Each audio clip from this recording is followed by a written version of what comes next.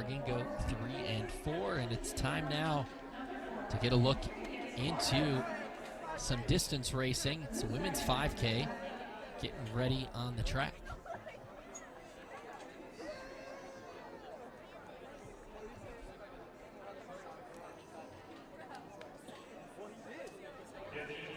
They're looking for about 15:50 pace, and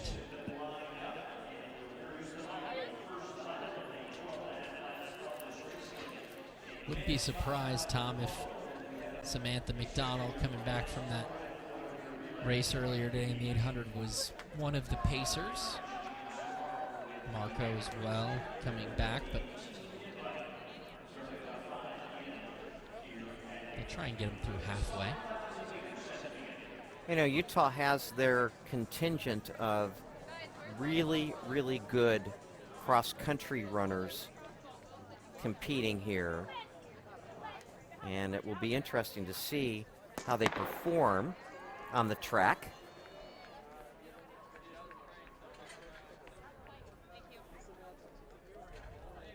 We'll take a look at our start list here as the two Ducks take to the front and appear to be the scheduled pacers, at least one of them.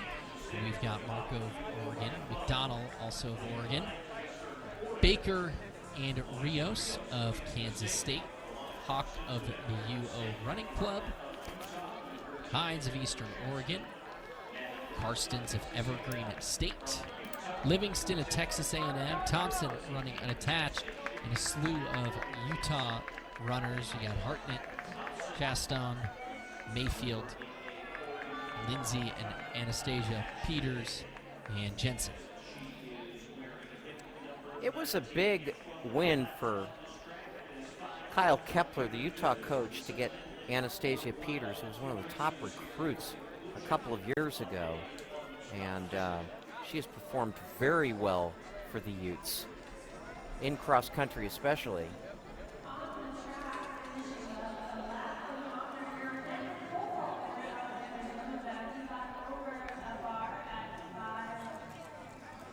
As McDonald and Marco lead the way here, take a look into these final throws in the men's discus. This is kicking off the 6th and final round.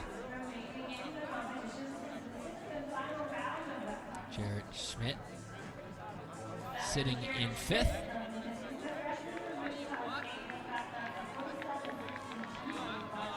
And it's we saw one improvement in round 5. Ethan Sanders didn't improve his place, but improved all the way to 172.4, the junior from A&M. Ridge Estes, who has been leading basically since the 3rd round, still on top at 179.2.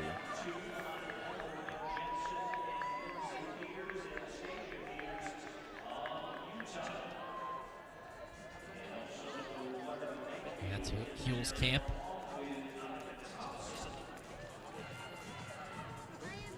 Seems to be a slight improvement there, nearing that 50-meter mark.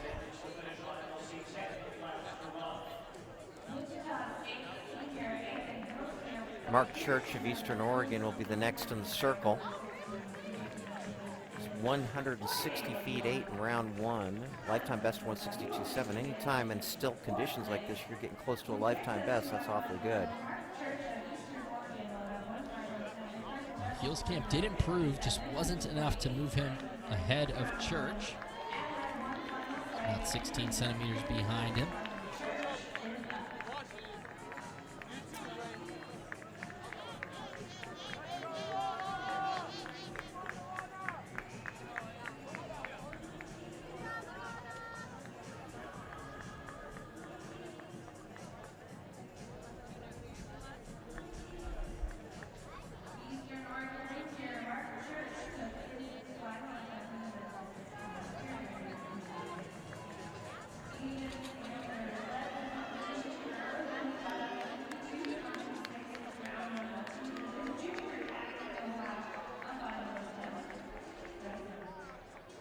Here's Ethan Sanders of A&M for his final throw. He's got to improve by over 7 feet. That's out past that 50-meter line. It's probably not gonna do it for sure, and he fouled anyway. So Ridge Estes of Wichita State, the senior, is gonna win this. He can go for broke now.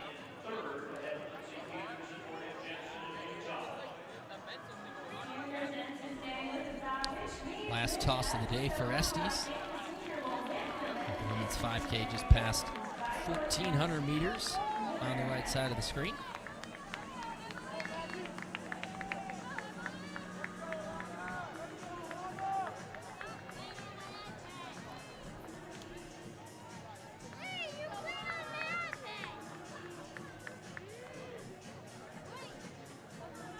Estes with a heave right out, but it's a foul. It's right out by that 55-ish meter territory. And that will wrap it up. Ridge Estes gets the win in the men's discus, and over in the women's 5K, Samantha McDonald steps to the side as they approach a mile, and Laura Markow will continue on with pacing duties, probably aiming to get him another 2 laps from here, an extra 1,000 meters or so. Annika Thompson is a duck, used up her eligibility, but a very, very tough runner. She's there in the blue in second, and a very, very tough runner. She has a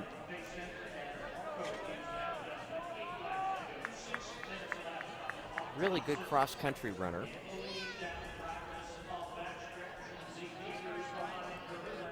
And you can see her right there in the all blue.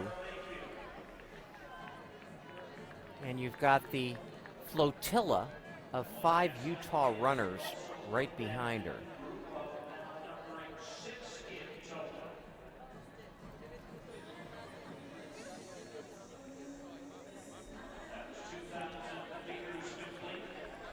And through 2,000 meters, Tom. A little bit of a slowdown there, going about 3:10 through the first kilometer. Maybe 3:13 or so, 3:12, 3:13 that second kilometer. As you have 2 pacers step off the track, so really puts the onus now on Thompson to go out and get it, and she's starting to do that. 3:10's exactly what you want if you're trying to run 15:50. So Thompson just trying to stay on it as best as she can, and there was a bit of an acceleration there. I think she probably saw that slowdown at the 2-kilometer mark and decided now's time to go and try and earn this one a little bit. Lindsay Peters, Jensen, Anastasia Peters, Mayfield, Chaston, the whole contingent of Utes there now trying to make up some ground. And now you can see why Utah had one of the top cross-country teams in the country this past year. They are deep and really, really solid with that group. And running this one a bit like a cross-country race, Tom. Yeah.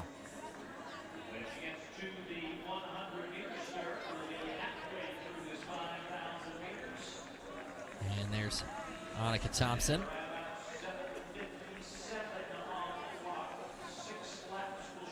Annika Thompson, a local, more or less, runner, former Oregon State champion.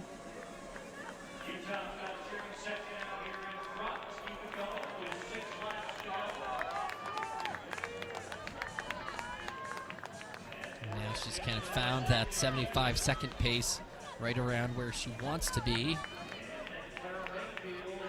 Get the next, it's 2,600 meter mark. We'll take a look at the kilometer.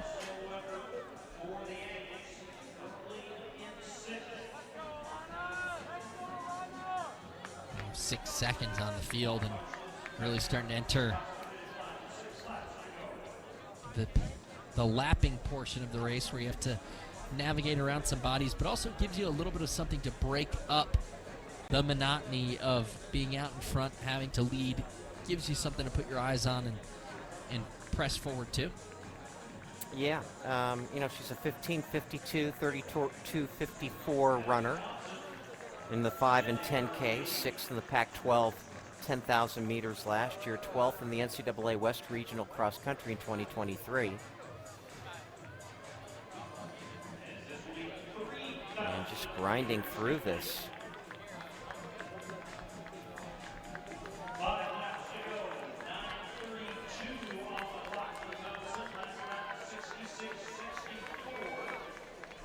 So it's that back to that 3:10 pace. Yeah, she kind of had about a 3:13 second kilometer, so 3:09, 3:10 third kilometer, putting themselves back into that territory.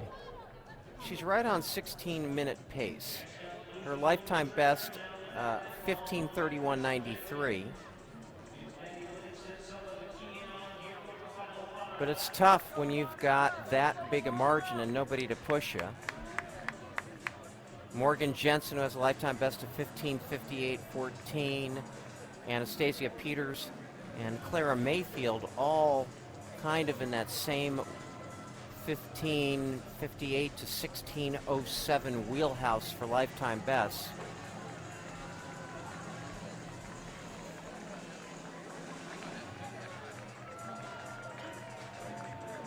Clara Mayfield went to Carleton College before she went to Utah. Has a best of 33:38.65 in the 10,000. She was third in the NCAA Division III 10K in 2023 and fourth in the 5K.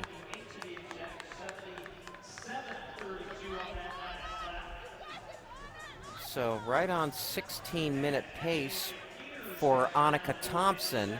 The others look like they're about 16:10, 16:12 pace or so.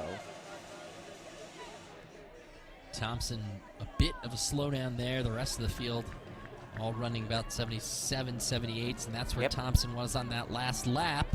And not that anyone's gaining any ground quite yet. Still about a 7-second gap. Coming up on 3 laps to go. Hard to run a race like this, all by yourself. But she's making a game effort here.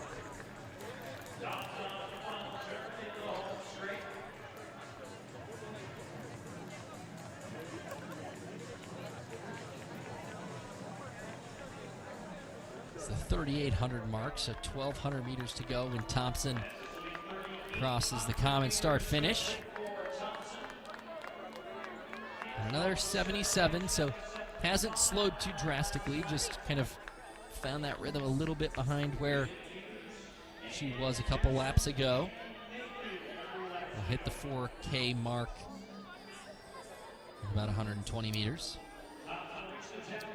And Peters about 7 seconds back. Then Jensen, then Mayfield, then Chaston. Maddie Livingston of A&M. Looks like Jensen, starting to pick up a little bit of ground on Anastasia Peters.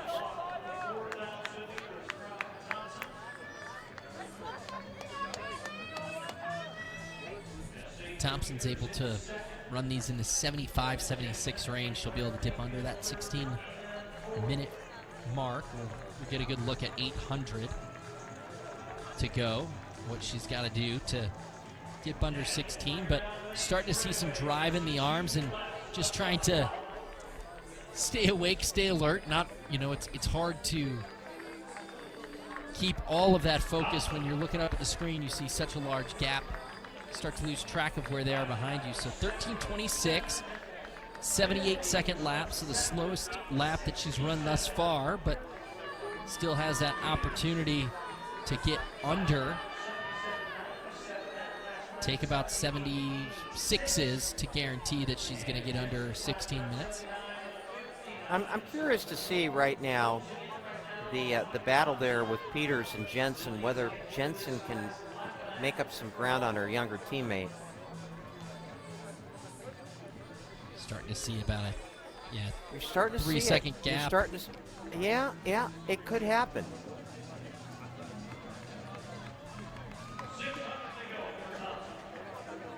A lot of room left to run. Annika Thompson's not Annika's- really speeding up Declan. Now she's looking behind her. And Annika's not one that has a kick. Annika's a grinder. So I don't know. It's going to be tough for her to get under 16. But I like this battle for second with Peters and Jensen. You know, it's easy to be the hunter in a case like this because you can see where your prey is. Not so easy unless you're looking at the scoreboards to see where your contenders are. And going to take about a 75-74 for Thompson. She's at 14:43, but Jensen in third, looking comfortable, and Peters with a little bit more of a grimace on her face. Still 2 seconds or about a second and a half between them. Certainly doable. Jensen's closing that gap down a little bit. It's freshman or sophomore versus senior here. Jensen's really starting to make inroads.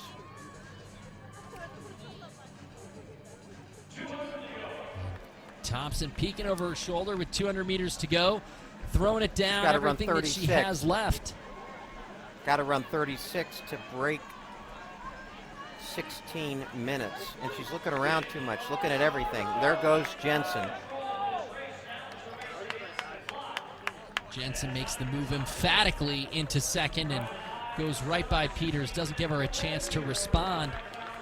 And Annika Thompson runs away with this women's 5K, taking the lead at 2K, closes strong as well, breaks 16. Runs 75 seconds to close it out. Jensen finishes second with a strong 72nd last lap. Peters closes strong as well in 74. Runs 16:06. That's Clara Mayfield crossing the line right around 16:16. 2K State athletes still have some room to go. Another lap for them, but it's Utah's Emily Chaston in fifth.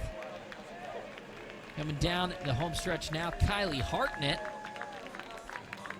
So that cross-country effort of the Utah Utes, they'll put 5 in a row as Hartnett finishes in sixth. Real gutty effort from Annika Thompson to pull together and rally from 77s and 78s to run a 75 and dip under that 16-minute mark. You could tell she had her eyes on the clock. She wanted it, and she got it. Yeah, I was impressed there with her finish. I didn't know whether she could get the turnover going to break 16.